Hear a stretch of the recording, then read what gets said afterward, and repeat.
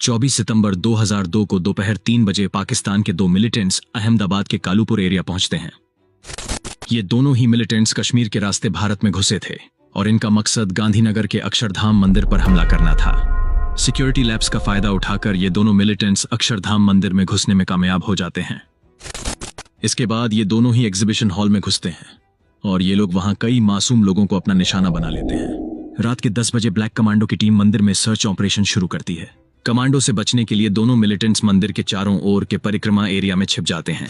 3 बजे के आसपास एक मिलिटेंट एग्जीबिशन हॉल के पीछे वाले एरिया से भाग जाता है, लेकिन सुबह 6 बजे आखिरकार ब्लैक कमांडो उसे न्यूट्रलाइज करने में कामयाब हो जाते हैं। लेकिन इस हमले के बाद सबसे बड़ा सवाल सिक्योरिटी एजेंसीज के सामने ये था कि ये दोनों पाकिस्तानी मिलिटेंट्स आखिर किसके सपोर्ट से अक्षरधाम मंदिर पहुंचे थे और कैसे इतनी आसानी से उन लोगों ने इस हमले को अंजाम दिया। आज अक्षरधाम मंदिर पर हुए साल 2002 के हमले को हम 3D एनिमेशन की मदद से स्टेप बाय स्टेप समझेंगे। तो चलिए शुरू करते हैं दोस्तों। आज तारीख है 24 सितंबर 2002। अभी दिन के तकरीबन 3 बज रहे हैं और इस वक्त जैश-ए-मोहम्मद ग्रुप के ये दो मिलिटेंट्स अहमदाबाद के कालूपुर एरिया में मौजूद हैं। जैश-ए-मोहम्मद में ट्रेनिंग ले चुके ये दोनों मिलिटेंट्स सिविल ड्रेस में टूरिस्ट की तरह अपनी पीठ पर बड़ा बैग टांगे हुए थे, जिससे कि किसी को भी इनके टेररिस्ट होने का शक न हो। इनमें से ये पहला मिलिटेंट 22 साल का हाफिज यासिन है और ये दूसरा है 25 साल का अशरफ अली। अपनी पीठ में हथियार से भरे बैग के साथ करीब 3 बजे ये लोग कालूपुर में ही एक ट्रैवलिंग एजेंसी पहुंचते हैं, जहां एजेंसी में काम करने वाले राजू ठाकुर को 120 रुपए देकर वो उसे कालूपुर से 28 किलोमीटर दूर अक्षरधाम मंदिर ड्रॉप करने को बोलते हैं। अब साल 2002 में 28 किलोमीटर के लिए 120 रुपए का किराया बहुत बड़ी बात थी, इसलिए राजू ठाकुर भी उन दोनों को अक्षरधाम छोड़ने के लिए राजी हो जाता है। इसके बाद राजू ठाकुर उन दोनों को GJ1U2234 नंबर वाली एक व्हाइट एम्बेसडर कार में बैठाता है और एग्जैक्ट 4:45 पर राजू उनको अक्षरधाम मंदिर के गेट नंबर 3 पर छोड़ देता है। और ये जो अक्षरधाम मंदिर का गेट नंबर 3 था, उसका फेस गांधीनगर की जे रोड की ओर खुलता था और यहां से मंदिर में एंट्री लेने के लिए सिक्योरिटी स्क्रीनिंग से गुजरना पड़ता था, जहां हमेशा अक्षरधाम मंदिर को मैनेज करने वाली संस्था BAPS के सिक्योरिटी गार्ड्स मौजूद रहते थे। जब अशरफ और यासिन उन गार्ड्स से अंदर जाने की परमिशन मांगते हैं तो गार्ड्स उनको बोलते हैं कि अंदर जाने से पहले आपको अपना बैग चेक कराना होगा। तब ये दोनों मिलिटेंट्स अपना बैग चेक कराने से मना कर देते हैं, ये कहकर कि हमारे बैग में सिर्फ कपड़े हैं और बैग चेक करने में काफी टाइम वेस्ट हो जाएगा, हमें जल्दी से मंदिर घूमकर वापस घर भी जाना है। उनकी इस बात से एक सिक्योरिटी गार्ड को उन दोनों पर शक होने लगता है। उसे लगता है कि हो न हो उन लोगों के बैग में कुछ तो सस्पिशियस आइटम है। उन दोनों पर शक का कारण यह भी था कि सितंबर के महीने में गांधीनगर जैसे एरिया में जब 4 बजे ठंड लगभग ना के बराबर थी, उस वक्त भी उन दोनों ने शर्ट के ऊपर काफी मोटी जैकेट पहन रखी थी। अब गार्ड्स को उनकी एक्टिविटी थोड़ी सस्पिशियस लगने लगती है, इसलिए वे उनसे बोलते हैं कि सिक्योरिटी चेक के बिना उन्हें एंट्री नहीं मिलेगी। तभी वे दोनों ही मिलिटेंट्स एक दूसरे की ओर देखते हैं और वे दोनों ही तेजी से सिक्योरिटी गार्ड्स से दूर चले जाते हैं। थोड़ी दूर जाने के बाद वे जल्दी से सबसे पहले तो अपना बैग निकालकर तुरंत उसे बाउंड्री वॉल के ऊपर से मंदिर के अंदर फेंक देते हैं और इससे पहले कि सिक्योरिटी गार्ड्स कुछ समझ पाते, वो 7 फीट ऊंची बाउंड्री वॉल पर चढ़ जाते हैं और अंदर पहुंचने के बाद बिना देर किए वो अपने बैग में से अपने हथियार निकाल लेते हैं। अब आगे बढ़ने से पहले अक्षरधाम मंदिर के कैंपस पर एक नजर दौड़ा लेते हैं। अक्षरधाम मंदिर का यह पूरा कैंपस 23 एकड़ में फैला हुआ था। इस रास्ते पर आगे बढ़ने पर लेफ्ट साइड में ही यहां पर मंदिर का गेट नंबर 3 था। यह वही गेट था जहां से दोनों ही मिलिटेंट्स ने मंदिर में घुसने की कोशिश की थी। यहां से आगे चलने पर मेन कॉम्प्लेक्स शुरू होता था, जहां 200 फीट लंबे रास्ते से होते हुए सीधे इस स्वामी नारायण मंदिर तक पहुंचा जा सकता था, जिसे उस वक्त अशरफ और यासिन निशाना बनाना चाहते थे। खैर, वापस आते हैं अपनी कहानी पर। अब उस वक्त अम्यूजमेंट पार्क में बहुत से श्रद्धालु और छोटे बच्चे मौजूद थे, इसलिए ये लोग पहले तो उन मासूम लोगों को अपना निशाना बनाते हैं, जिससे वहां भगदड़ मच जाती है। लोगों को निशाना बनाते हुए ये दोनों ही मिलिटेंट्स मेन कॉम्प्लेक्स की तरफ बढ़ने लगते हैं। बीच में इस तरफ एक बुक स्टॉल पड़ता था, जिसके ऊपर भी ये लोग ग्रेनेड फेंक देते हैं। इतना कुछ होने के बाद सिक्योरिटी गार्ड्स को होश आता है और उन्हें तब जाकर यह पता चलता है कि मंदिर में आतंकवादी हमला हुआ है। खैर, ये दोनों ही मिलिटेंट्स मेन कॉम्प्लेक्स की ओर बढ़ने लगते हैं। अम्यूजमेंट पार्क में इनकी फायरिंग से सुमित्रा चौहान नाम की एक लेडी घायल हो जाती है, जिनके साथ उनकी एक 3 साल की लड़की प्रिया और 4 साल का लड़का भी मौजूद था।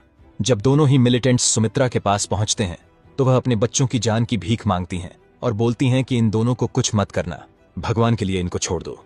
लेकिन वो दोनों ही मिलिटेंट्स इतने निर्दयी थे कि सुमित्रा की बात को नजरअंदाज करके वे सुमित्रा के साथ साथ उनके दोनों बच्चों को भी अपना निशाना बना लेते हैं। तब तक गेट पर मौजूद सिक्योरिटी गार्ड्स वॉकी टॉकी की मदद से मंदिर के सारे वॉलंटियर्स को अलर्ट कर देते हैं। इधर ये दोनों ही मिलिटेंट्स हैंड ग्रेनेड फेंकते हुए मेन कॉम्प्लेक्स की ओर बढ़ने लगते हैं, जहां एंट्रेंस पर एक वॉलंटियर खोद सिंह जाधव उन्हें अपनी ओर आता हुआ देख लेता है। वह मिलिटेंट्स की मंशा समझ जाता है कि ये दोनों ही मंदिर में घुसकर वहां लोगों को निशाना बनाना चाहते हैं। आपकी जानकारी के लिए बता दूं कि उस वक्त करीब 35 लोग इस मेन मंदिर में प्रार्थना कर रहे थे और मंदिर का गेट भी उस वक्त खुला था। जाधव तुरंत ही 200 फीट लंबे इस रास्ते से मेन मंदिर की तरफ भागना शुरू कर देता है।